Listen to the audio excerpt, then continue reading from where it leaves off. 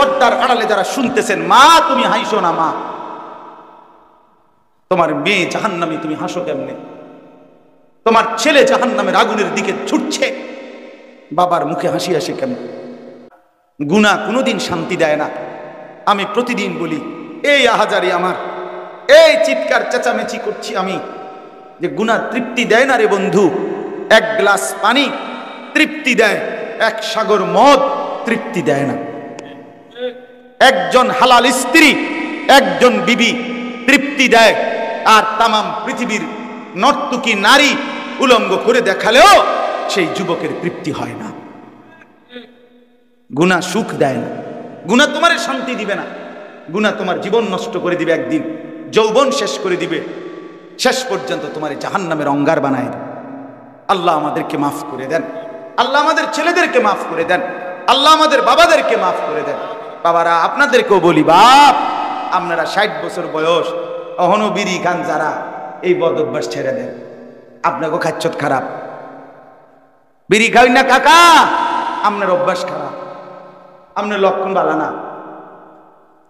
60 বছর কাকা অহনো বিড়ি খান, আপনি মরবেন কোন দিন? বিড়ি খানা ছাড়বেন কোন দিন? আপনি কি 600 বছর বাঁচবার লাইন মানে প্ল্যান নিয়ে আসছেন না? কথা বলেন না কেন? 60 বছরের বুড়ো মানুষ এবড়া কেমনে চা দোকানে বেড়ি চায়, এবড়া কেমনে চা দোকানে টেলিভিশন দেখে?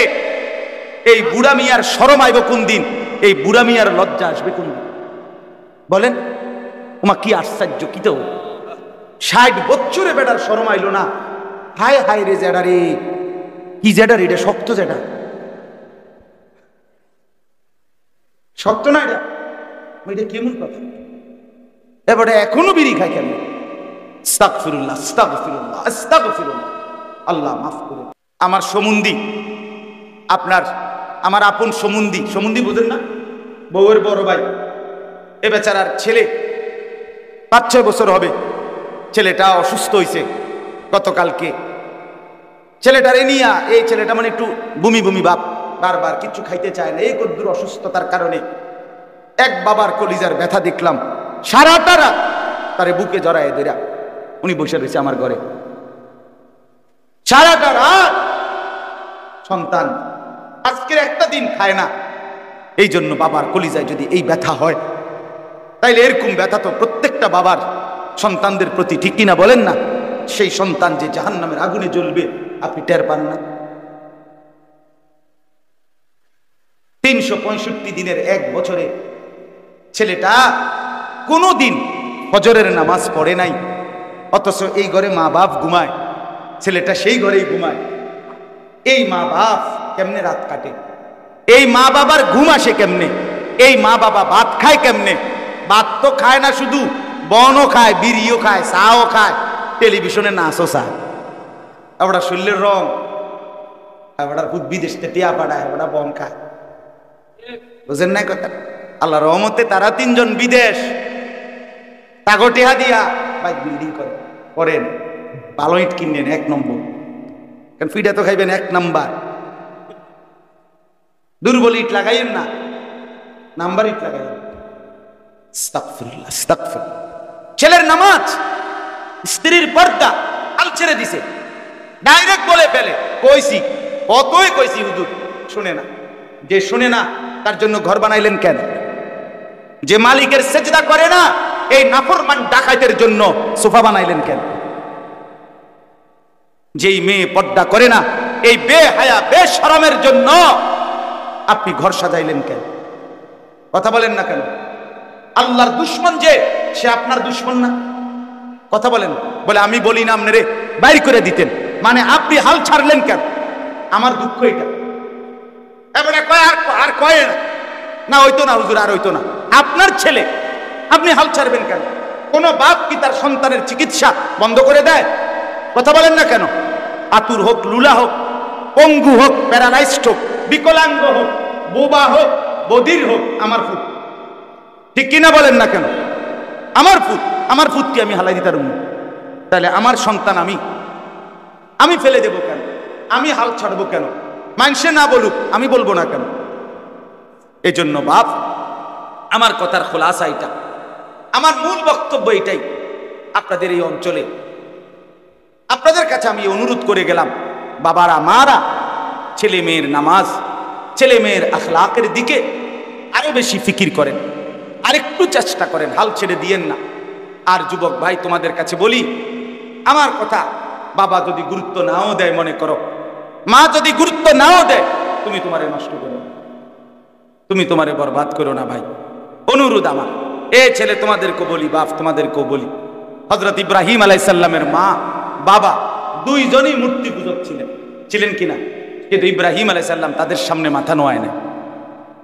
ইব্রাহিম আলাইহিস সালামের বাবা আজর বলছিল ইব্রাহিমকে, হযরত ইব্রাহিম নবীকে, লা ইল্লাম তানতাহি লা আরজুমান্নাক, পুত ছেলে আমার, যদি তুমি আমার মূর্তির বিরোধিতা না ছাড়ো, আমি তোমারে পাথর মেরে মেরে ফেলব।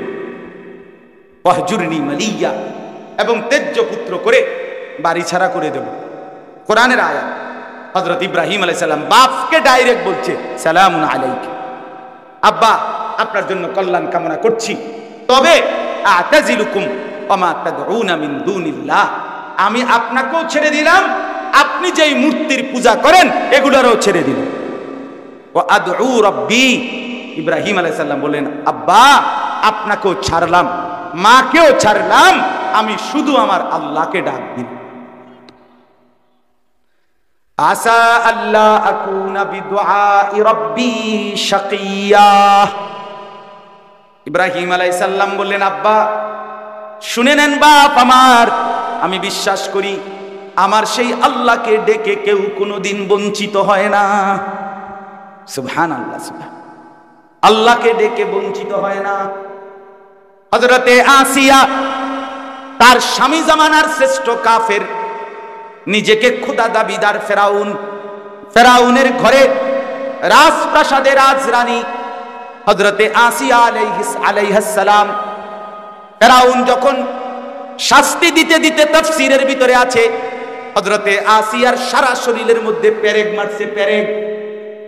ও ফিরাউনা দিল আওতাদ, কোরআনুল কারীমের মধ্যে আছে, আল্লাহ বলছেন ফেরাউন হলো পেরেক। ফেরাউন কি পেরেক? পেরেক। অনেক সন্ত্রাসীদের নাম থাকে না, সাফাতি উমক, কথাটা বোঝেন নাই? এরকম নাম থাকে না। এই ফেরাউনের নাম ছিল কি? পেরেক। ফেরাউন পেরেক মাইরা মানুষকে শেষ শাস্তি দিত, এরকম জানোয়ার ছিল, কোরআনে আছে। আল্লাহ বলেন তো হযরতে আসিয়া এই পেরেক মারছে আর সারা শরীরে। ফেরাউন তখনও বলছিল, আসিয়া তুই মূসার খোদার দিন ছেড়ে দে, কালেমা ছেড়ে দে, তোরে আমি বাঁচায় দেব। হযরতে আসিয়া বলছিলেন, ফেরাউন বাদশাহী ছেড়ে দিলাম, তোর মতো স্বামী সম্রাট ছেড়ে দিলাম, রাজ রানীর মর্যাদা ছেড়ে দিলাম, রাজপ্রাসাদকে ছেড়ে দিলাম ফেরাউন, কিন্তু খোদার কসম আল্লাহকে ছাড়া যায় না, আল্লাহকে ছাড়া যায় না। যুবক, মাকে বলিও, মা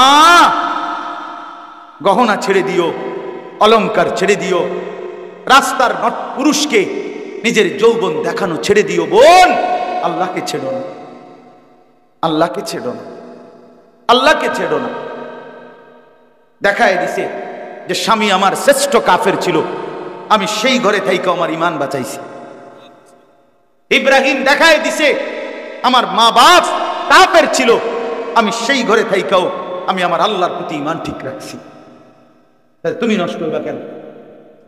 তোমার মা তো মুসলমান, তোমার বাপ মুসলমান, তোমার দাদা মুসলমান, তোমার দাদি মুসলমান, তোমার নানা মুসলমান, তোমার নানি মুসলমান, তোমার জন্মের পরে ডান কানে আজান শুনাইছিল, নর্তকীর নাচ গান শুনায় নাই। এই ছেলে বেটা, তোরে বেটা জন্মের পরে মোবাইলের দৃশ্য দেখায় নাই, তোর মনিবের আজান শুনাইছিল, তুই ভুলে গেলি কেন আজান? কান নষ্ট করে দিলি কেন বাপ?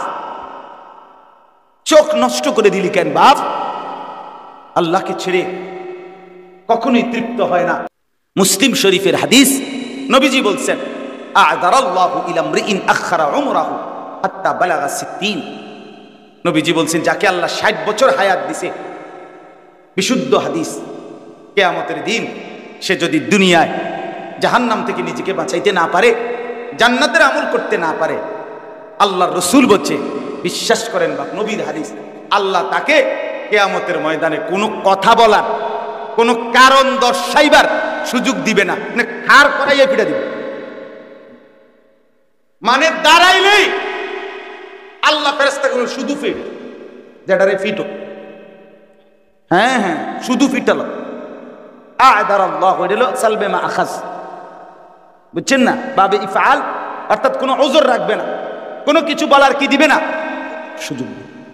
60 বছরে কত রোদ, কত বৃষ্টি, কত রাত, কত দিন, কত লাশ, কত কবর, কত দাফন দেখলো এই লোক, কি কম দেখছে? কথা বলেন না। এত কিছু দেখার পরও যেই বুড়ো চাচা জীবনটা সুন্দর করলো না, এবারটা ভালো হইব কেমনে? তাই এবারে ফিরতো নাকি? কারে ফিটবো তাই? হ্যাঁ, সুযোগ দিবে না। হাদিসে নবী বলছে সুযোগ দিবে না। কোরআনে আছে, ওয়ালাম্মা বালাগা আশুদ্দাহু ওয়া বালাগা 40 সানা, বয়স 40 হয়ে গেলে আল্লাহ বলছে দুনিয়া গুছায় ফেলো, পুরা মনোযোগ আখিরাতের দিকে ফিরাও, দোয়া শুরু করে দাও। রব্বি আউজি'নি আন আশকুরা নি'মাতাকাল্লাতী আন'আমতা আলাইয়া ওয়া আলা ওয়ালিদাইয়া ওয়া আন আ'মালা সালিহান তারদাহু ওয়া আসলিহ লি ফি যুররিয়্যতি ইন্নী তুবতু ইলাইকা ওয়া ইন্নী মিনাল মুসলিমিন। আল্লাহ আমার আর আমার আব্বা মারে যত নিয়ামত দিছেন, শুকর আদায়ের তৌফিক দেন, দিছেন বহুত দিছেন, 40 বছর, এবার এগুলোর শুকর আপনার অনুগত হওয়ার তৌফিক দেন। যেই আমল করলে আপনি খুশি হইবেন, এখন থেকে আল্লাহ বাকি হায়াত ওই আমলের তৌফিক দেন। আল্লাহ জিফুদ গুণ কদ্দুর ঠিক করে দেন, আমি বিগত গুনাহ থেকে তওবা করলাম, আমি মুসলমানদের একজন হতে চাই। আল্লাহ বলছে গুছায় লাও, দুনিয়া গুছায় লাও। সন্ধ্যা হয়ে গেছে, দোকান শাটার ফেলে দাও, দুনিয়া গুছায় ফেলো, আখিরাতের প্রস্তুতি নাও। আল্লাহ আমাদেরকে তৌফিক দান করেন। চলেন এবার তরজমা বলি, শেষ তরজমায় বলবো শুধু আমি। আল্লাহ তাআলা এই 90 নম্বর আয়াতে এতক্ষণ ওয়াজ করছি, আমরা কত কিছু কত কথা বলছি। এই আয়াতটা আল্লাহ বলেন, বান্দা শোনো, আমি আল্লাহ স্বয়ং ওয়াজ করলাম। কে? ইয়াইদুকুম ইয়াইদুকুম, আল্লাহ বলেন আমি ওয়াজ করি। এই জন্য ওয়াজ আল্লাহ তাআলা বলেন, আল্লাহ বলেন ওয়াজ আমি করছি। কে করছে? এই আল্লাহ নিজে ওয়াজ করেছে। রাসূলুল্লাহ সাল্লাল্লাহু আলাইহি ওয়াসাল্লামের সাহাবীরা, হাদিস স্পষ্ট আছে, নবীজির বেলায় সাহাবীরা ব্যবহার করছে ওয়াজানা রাসূলুল্লাহ সাল্লাল্লাহু আলাইহি ওয়াসাল্লাম, রাসূলুল্লাহ সাল্লাল্লাহু আলাইহি ওয়াসাল্লাম আমাদেরকে ওয়াজ করলেন, সাহাবীরা বলছে। এই জন্য ওয়াজকে ওয়াজ বলা কোরআনের শব্দ, ওয়াজকে ওয়াজ বলা হাদিসের শব্দ, প্রোগ্রাম বলা এটা কোরআনের শব্দ না। ওটা নতুন আধুনিকতা। আজকে প্রোগ্রাম কোথায়? আমার তো আজকে 2টা প্রোগ্রাম। বাপরে, প্রোগ্রাম প্রোগ্রাম মানে খানার অনুষ্ঠান প্রোগ্রাম। এগুলা বুড়া দুরা আগের দিনের অসল হুজুর যারা ওরা করছে ওয়াজ, এখন তো আমরা প্রোগ্রাম করেন প্রোগ্রাম করেন। আমি অনওয়াজে করি, আপনি প্রোগ্রাম করেন। আমি আজ পর্যন্ত কোনোদিন বলি নাই আলহামদুলিল্লাহ যে আজকে আমার প্রোগ্রাম। তোর প্রোগ্রামের খেতা গিলে বেড়া প্রোগ্রাম কিতাব। রব্বুল আলামিন বলেন ইয়াইজুকুম, আমি ওয়াজ করছি। এর চাইতে উত্তম শব্দ আর কি হইতে পারে? সাহাবীরা বলছেন ওয়াজানা রাসূলুল্লাহ, রাসূলুল্লাহ ওয়াজ করলেন, এর চাইতে উত্তম শব্দ আর কি হইতে পারে? তাহলে এটা কার ওয়াজ? আল্লাহ। আল্লাহ বলেন বান্দা আমি তোমাদেরকে 6টি বিষয়ের ওয়াজ করছি। কয়টি বিষয়? 3টি করবা, 3টি ছাড়বা। 1 নাম্বার, ইন্নাল্লাহা ইয়া'মুরু বিল আদল, আল্লাহ তাআলা বলেন আমি তোমাদেরকে সর্বক্ষেত্রে ন্যায়পরায়ণতা, ইনসাফ। আমার এক ভাই, আপনি লম্বা সময় ধরে মোবাইল টিপতেছেন, আপনারে অনুরোধ করছি আপনি মাদ্রাসার ভিতরে গিয়া মোবাইল টিপেন। আপনার এতগুলো কথা বলার পরেও আপনার খামখেয়ালি গেল না, আল্লাহ আপনার উপরে রহম করেন, আল্লাহ আপনার উপরে দয়া করেন। আল্লাহ যেন আজকের পুরা মাহফিলের উসিলা আপনারে হেদায়েত দেয়। আশ্চর্য আশ্চর্য। ইন্নাল্লাহা ইয়া'মুরু বিল আদল, আল্লাহ তাআলা বলেন আমি তোমাদেরকে 3টি আদেশ করছি। এক নাম্বার, সর্ব অবস্থায় ইনসাফ, ন্যায়পরায়ণতা। কখনোই বেইনসাফি, জুলুম করবে না, আদল, ন্যায়পরায়ণতা যেন তোমার মধ্যে সর্বদা থাকে। তাহলে এক নাম্বার কিসের আদেশ? ন্যায়পরায়ণতা। বলেন না কি? দুই নাম্বার ওয়াল ইহসান। ওই যে এই আল ইহসান, আল্লাহ বলেন আমি তোমাদেরকে আদেশ করছি সর্বাবস্থায় অপরের প্রতি দয়া, অপরের প্রতি সহমর্মিতা, অপরের প্রতি কল্যাণের।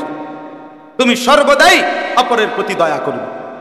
তিন নাম্বার ওয়া ইতাইদিল কুরবা।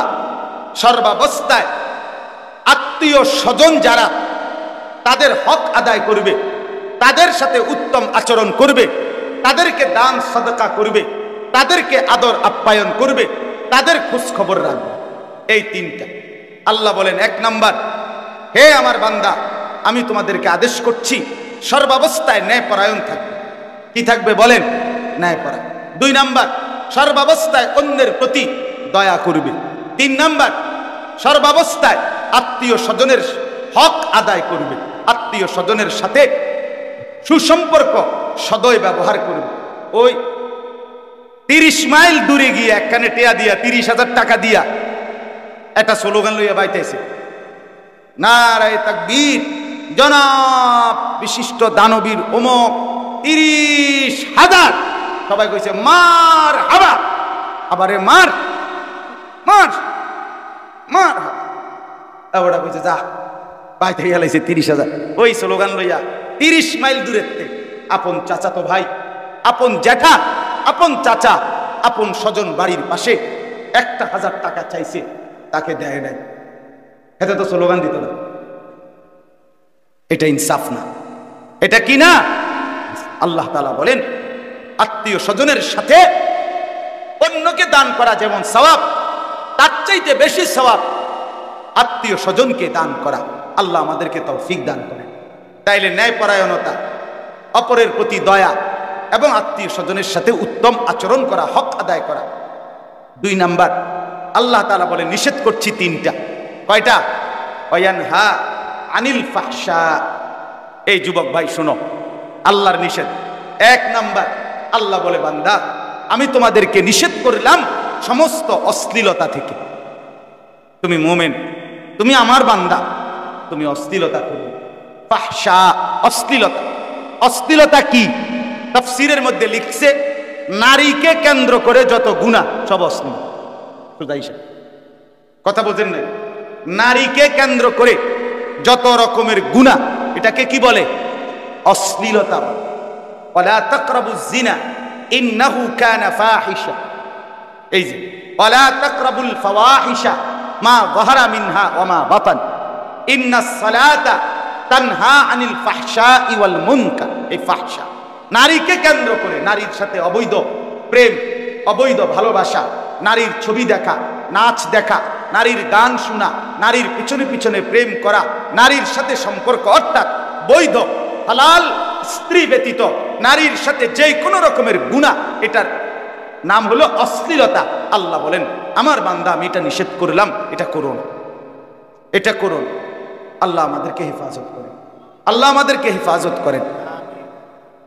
এরপরে আল্লাহ বলেন ওয়াল মুনকার, সমস্ত গুনাহ আমি আল্লাহ নিষেধ করেছি। যত কবিরা গুনাহ, সব কবিরা গুনাহ থেকে তোমাকে আমি নিষেধ করলাম, তুমি করো না।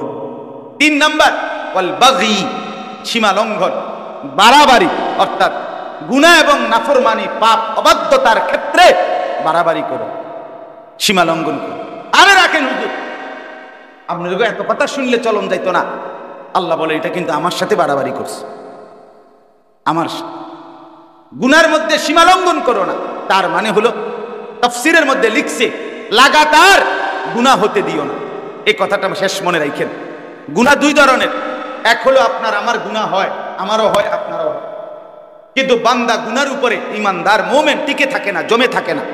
গুনাহ হয়, ভুল বুঝতে পারে, তো সাথে সাথে তওবা করে আল্লাহর কাছে মাফ চেয়ে নেয়। আল্লাহ তাআলা বলেন এমন বান্দা আমার মুত্তাকি থাকে। কিন্তু গুনার উপরে ধারাবাহিক লাগাতার, অর্থাৎ আজকে 10 বছর আপনি বেনামাজি, আজকে 20 বছর আপনি সুদ খান, আজকে 20টা বছর টানা আপনার ঘরে রঙিন টেলিভিশন প্রতিদিন এক নিয়মে চলে, আপনার বউ বাচ্চা আপনার ঘরে, আহা, আপনার টাকায় কিনা আপনি ডিশের বিল দেন, তারা আপনার ডিশে পৃথিবীর সব নাচ গান ছবি নাটক আপনার ঘরে থাইকা 30টা বছর টানা দেখে। তার মানে হলো আপনি এটারে গুনাই মনে করছেন না, আপনি এটাকে ত্যাগ করার কোনো মানসিকতাই রাখতেছেন না। আল্লাহ বলে, বান্দা এটা কিন্তু সীমা লঙ্ঘন, এমন সীমা লঙ্ঘনকারী বান্দাকে কিন্তু আমি ছাড়ি না। আল্লাহ বলেন আমি নিষেধ করলাম। তাহলে 1 নাম্বার অশ্লীলতা, 2 নাম্বার কবিরা গুনাহ, 3 নাম্বার গুনাহ এবং নাফরমানি অবাধ্যতার ক্ষেত্রে সীমা লঙ্ঘন, বাড়াবাড়ি বাড়াবাড়ি, অর্থাৎ লাগাতার লাগাতার। মুসলমানের যুবক 1 সপ্তাহ তুমি কখনোই নামাজ পড়ো না, এটা কেমন মুসলমান বাবা? এ তো বাড়াবাড়ি। কোনোদিন তোমার ফজরের নামাজের কথা মনেও হয় না, এটা কেমন মুসলমান বাবা? এটা তো বাড়াবাড়ি, এটা সীমালঙ্ঘন বাপ, এটা অনেক বড় অহংকার, অনেক বড় অহংকার। আহারে ভাইয়া, একটা সেজদা দেয় নাই। এই 1 মিনিট আগে এই লোকটা ছিল 1 মিনিট আগে ফেরেশতাদের শিক্ষক, একটা সেজদা দেয় নাই। 1 মিনিট পরে এই লোকটা হয়ে গেল কিয়ামত পর্যন্তের জন্য শয়তান, ইবলিস, অভিশপ্ত। কয়টা সেজদা দেয় নাই? একটা সেজদা দিয়ে কি 1 রাকাত নামাজ হয়? 1 রাকাত নামাজ হইতে কয়টা সেজদা লাগে? তাইলে বলো বন্ধু, একটা সেজদা না দিলে যদি অনন্তকালের জন্য ইবলিস হয়ে যায় আল্লাহর কাছে, তো আমি আর তুমি কতগুলো সেজদা ছুটে গেল? আমি আল্লাহর কাছে কতটা অভিশপ্ত, আমি আল্লাহর কাছে কতটা ঘৃণিত। আমার বন্ধু, এই জন্য ফিকির করা চাই, ফিকির করা চাই, সীমা লঙ্ঘন না করা। তাইলে এই 6টা কথা, কয়টা কথা হলো বলেন? 1 নাম্বার, আল্লাহ বলেন ন্যায়পরায়ণতার সর্বক্ষেত্রে তুমি ইনসাফ করবে, ইনসাফ যেন মুমিনের কাছ থেকে না ছুটে, আল্লাহ বলেন আমি আদেশ করলাম। 2 নাম্বার, ইহসান, দয়া অপরের প্রতি তোমারে আদেশ করলাম। 3 নাম্বার, আত্মীয় স্বজনের সাথে তাদের হক আদায় করা, এটার প্রতি আদেশ করলাম। আর কি নিষেধ করলাম? 3টা, অশ্লীলতা করোনা, 2 কবিরা গুনাহ করোনা, চুরি ডাকাতি জিনা ব্যভিচার মদ জুয়া সুদ ঘুষ গান বাদ্য নাটক সিনেমা বেপরদা, এগুলো সব কবিরা গুনাহ, এগুলো করোনা। আর 3 নাম্বার হলো, মানে 6 নাম্বার, সীমা লঙ্ঘন করোনা বান্দা, বাড়াবাড়ি করোনা, আমার লোকে পারতা না বান্দা, কুলে পারতা না, পারতা না তুমি, শেষ পর্যন্ত আমি একটা আছাড় দিয়া তোমার কবরে ফেলাই দেব। তুমি দেখবা বান্দা, কবরের মাটি তোমার একটা লাথি দিবে, 1 লাথিতে তোমার ডান পাশের মাটি বাম দিকে চলে যাবে, বাম দিকের মাটি ডান দিকে চলে যাবে, তোমার হাড্ডিগুলো সব ভেঙ্গে চুরে ছারখার হয়ে যাবে। আল্লাহ বলছে, আল্লাহ বলছে বান্দা আমার লগে বাড়াবাড়ি করো না, দুগা বাতে না খাওয়াইতে আসি, অল্প কয়দিনের হায়াত দিছি, তুমি যেই একটা মাত বড়ি শুরু করছো, তুমি মনে করছো আমি দেখিও না, আমি কিছু কইতামও না, এই বাদ দুগা খাওয়াই, ঘুম পাড়াই, আর শরীরটা একটু সুস্থ রাখছি, এতেই তুমি অহংকারী হয়ে গেলা। আমার জন্তু জানোয়ারও তো খায় পড়ে, তাদের শরীরে তো আরো শক্তি, কাজে এটা তো আশ্চর্য কিছু না বান্দা, কিন্তু আমি ছাড়ব না। ইয়া ইবাদি ফাত্তাকু, ওই সময় পড়ছি কিনা বলেন? আল্লাহ নিজে বলছে আমার বান্দা জাহান্নামের আগুনকে ভয় করো। অতএব ভাই, সর্বশেষ কথা আল্লাহ বলেন ইয়াইজুকুম, আল্লাহই তোমাদেরকে ওয়াজ করছেন, লাআল্লাকুম তাযাক্কারুন, যেন তোমরা উপদেশ গ্রহণ করতে পারো, যেন তোমরা সবক হাসিল করতে পারো। অতএব প্রিয় ভাই আমার, বাপ আমার, বন্ধু আমার, জীবনটা সুন্দর করি, বলেন ইনশাআল্লাহ, বলেন ইনশাআল্লাহ। প্রিয় ভাই, আবারও বলছি, নামাজ পড়ার সিদ্ধান্ত নেই, বিশেষ করে যুবক ভাই, তোমরা অনেক বছর মাশাআল্লাহ, আমি তোমাদেরকে ভালোবাসি, তোমরাও আমারে ভালোবাসো। ভালোবাসার এই সম্পর্ক, মহব্বতের এই আচ্ছানি, আবেগের এই অনুভূতি শুধুই আল্লাহর জন্য। কার জন্য বলেন না? এই এলাকার অসংখ্য ছেলে আমি আসার পরে আমার সাথে যারা মুসাফা করছে, তাদের সাথে আমার জিন্দিগির এই প্রথম দেখা, ঠিক কিনা বলেন না? তাহলে এই প্রথম দেখার এই সম্পর্ক, এই আন্তরিকতা শুধুই কার জন্য? আল্লাহ, শুধুই আল্লাহ, শুধুই আল্লাহ। আমার প্রিয় বন্ধু আবু হানিফ, হাফেজ মাওলানা আবু হানিফ ভাই, সে না বললে আমি এখানে আসতাম না কোনোদিনও। এতটা ভেতরে অনুরোধ করছে যে দোস্ত, এই মাহফিলে আসতেই হবে, আসতেই হবে। আমার আজকের মাহফিল অন্য জায়গায় ছিল, সোনাইমুড়ি নোয়াখালী। আমি ওই মাহফিলে কাটাইয়া ফের এ জেন্দে ধরছে তো হেন্দে ধরছে, বুঝেন না? যখন যেটা বলছে তো বলছেই, এটা মাথার যাইবেই বেটা। আলহামদুলিল্লাহ, আল্লাহ তৌফিক দান করেন। তো এরপর ওই মাহফিল কাইটা ওটার আরেক দিকে দিয়া, অন্য দিন দিয়া, তারপরে আমি এই ডেটে আসছি। আমার শায়েখ আসছেন, আমার উস্তাদরা আসছেন, আমার সব মুরব্বীরা আসছেন। আল্লাহ আপনাদেরকে উত্তম বিনিময় দান করেন। আমার কথা এটাই, আমরা নামাজ পড়বো তো ইনশাআল্লাহ। যুবক ভাই, 5 ওয়াক্ত নামাজ পড়বো তো ইনশাআল্লাহ। বিশেষ করে ফজরের নামাজের ব্যাপারে তুমি সিদ্ধান্ত নাও। ইয়াহুদীদের কিতাবে আছে, ইয়াহুদীদের পাদ্রীদের বক্তব্য আমি কিতাবে পড়ছি। ইয়াহুদীদের একটা কথা আছে যে মুসলমানের হাতে দুনিয়ার সমস্ত কাফের পরাজিত হবে যেদিন। শুনতেছেন সবাই? এটা তাদের পাদ্রীদের কথা। মুসলমানদের হাতে দুনিয়ার সমস্ত বেঈমানের পতন হবে সেদিন। মুসলমানদের জুমা এবং ফজরের নামাজ মুসল্লি বরাবর হবে যেদিন। কোন নামাজ? জুমা এবং ফজর। জুমা এবং ফজর বরাবর হবে যেদিন। এই জন্য ফজরের নামাজের মুসল্লি বাড়ানো দরকার, তাইলে ঈমান বাড়বে। ফজরের নামাজ মুমিনের নামাজ। নবীজি বলছে ফজর পড়তে কষ্ট হয় তাদের, মুনাফিক যারা তাদের। এটা পরিষ্কার হাদিস, মুনাফিক। এই জন্য আল্লাহ নবী সাল্লাল্লাহু আলাইহি ওয়াসাল্লাম রবিউল আউয়াল মাসের সোমবার দিন ইন্তেকাল করছে, আমরা জানি কিনা? কথা বলেন। এই নবী শেষ উম্মতকে, সাহাবীদেরকে ফজরের নামাজ সোমবারে মসজিদে নববীতে দেখে গেছে। সব সাহাবী মসজিদে হযরত আবু বকর সিদ্দিকের ইমামতিতে ফজরের নামাজ পড়ছে। নবীজি অসুস্থ এত বেশি ছিলেন, মসজিদে যাইতে পারছিলেন না। আম্মা জান আয়েশা রাদিয়াল্লাহু তাআলা আনহা নবীর স্ত্রীকে বলছে, আয়েশা, আমারে তোমার কনুইর মধ্যে ঠেস দিয়া আমারে বসাও, আর আমার হুজরার পর্দা সরাও, আমার উম্মতের, আমার সাহাবীদের ফজরের নামাজ আমি দেখব। সাহাবীরা ফজরের নামাজ পড়ছেন। নবীজি এই দৃশ্য দেখে, আল্লাহর কসম বন্ধু, আমি সৈয়দ আবুল হাসান আলী নদভীর কিতাব আসসিরাতুন নববিয়াতে পড়ছি। নবীজি চোখের পানি ছেড়ে দিয়ে বলছে, আয়েশা, আমার 23 বছরের মেহনত সার্থক। আয়েশা, আমি সার্থক। গত 23টা বছর আমি বুকে পাথর বাঁধছি, পেটে পাথর বেঁধেছি ক্ষুধার কষ্টে। তায়েফের রক্তে আমার পিঠ চালনির মতো ছিদ্র ছিদ্র হয়ে গেছে পাথরের আঘাতে।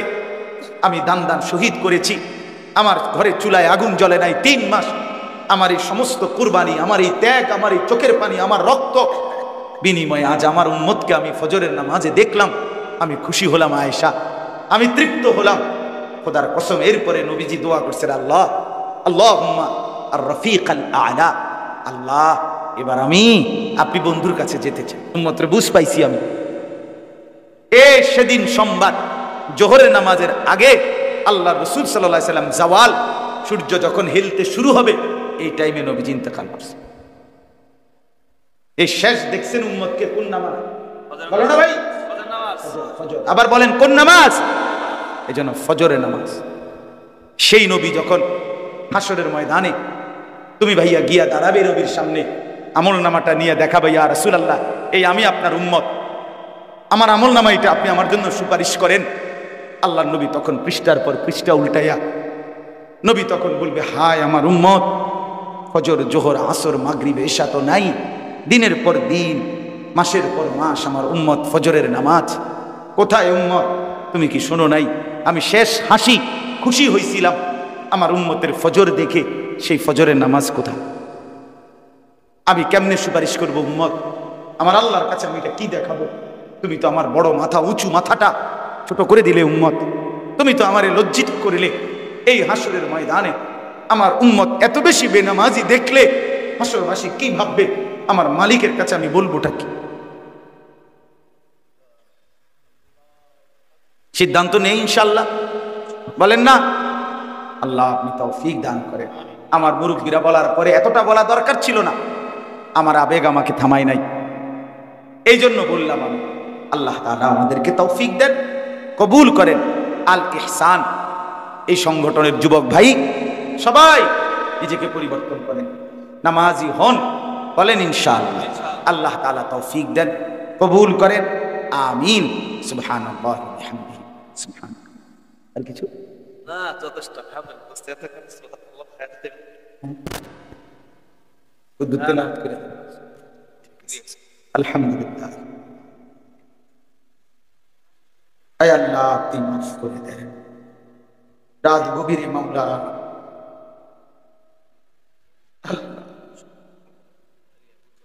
আপনি মাফ করে দেন, আপনি মাফ। আয় আল্লাহ, রাত গভীরে আপনার কাছে আপনার নাফরমান গোলামরা হাত তুললাম, আপনি মাফ করে দেন।